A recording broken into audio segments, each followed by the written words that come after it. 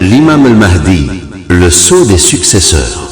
Principale réalisation de l'imam al-Mahdi alayhi salam durant la petite occultation. 1. Établir son existence et son imama. L'objectif principal de cette période était d'ancrer une base de foi solide chez les chiites quant à l'existence de l'imam absent et à son imama, afin qu'ils aient une certitude absolue à l'époque de la grande occultation.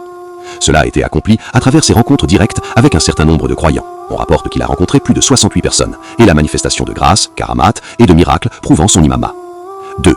Compléter les connaissances islamiques nécessaires à la communauté. L'imam alayhi salam a œuvré pour compléter ce dont la communauté avait besoin comme connaissance de l'islam et de ses préceptes durant la période de la grande occultation. Cela s'est fait par le biais de lettres, al-Tawqiyya, contenant des enseignements doctrinaux, juridiques, moraux et invocations, en plus d'enseigner aux croyants les fondements de l'extraction des règles juridiques. 3. Consolider le système de la délégation et de l'ambassade spéciale. L'imam alayhi salam a organisé le système des agents et des 4 ambassadeurs, Uthman bin Saïd al-Amri, son fils Muhammad, al-Hussein bin Ruh, Ali bin Muhammad al-Samari, pour qu'ils servent de lien entre lui et les croyants. Ces ambassadeurs recevaient directement les directives de l'imam alayhi salam et leur activité était empreinte d'un grand secret pour les protéger du pouvoir abbasside. L'expérience des 4 ambassadeurs constitua une expérience préparatoire pour la communauté, la guidant vers le recours aux représentants généraux, les juristes, à l'époque de la grande occultation. 4. Préserver l'entité de la foi et protéger les croyants. L'imam alayhi salam a déployé d'immenses efforts pour protéger ses agents et ses partisans de l'oppression du pouvoir abbasside et empêcher que leurs nouvelles ne parviennent au calife.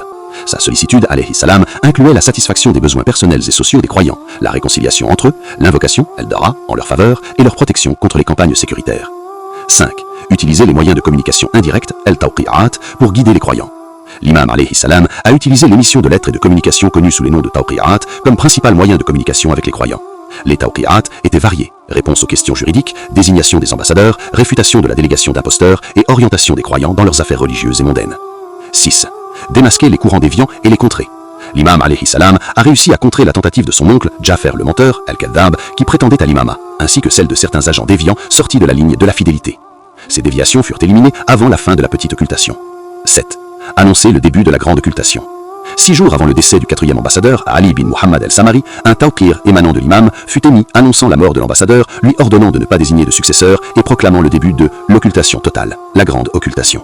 Dans ce tawqir, l'imam alayhi salam mit en garde contre toute prétention de rencontre avec lui après cela, et affirma que la réapparition, al-Duhur, n'aurait lieu qu'avec la permission de Dieu après une longue durée.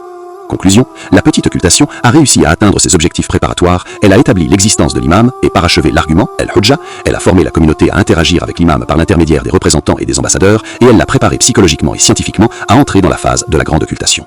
Allahumma salli ala Muhammadin wa ali Muhammad.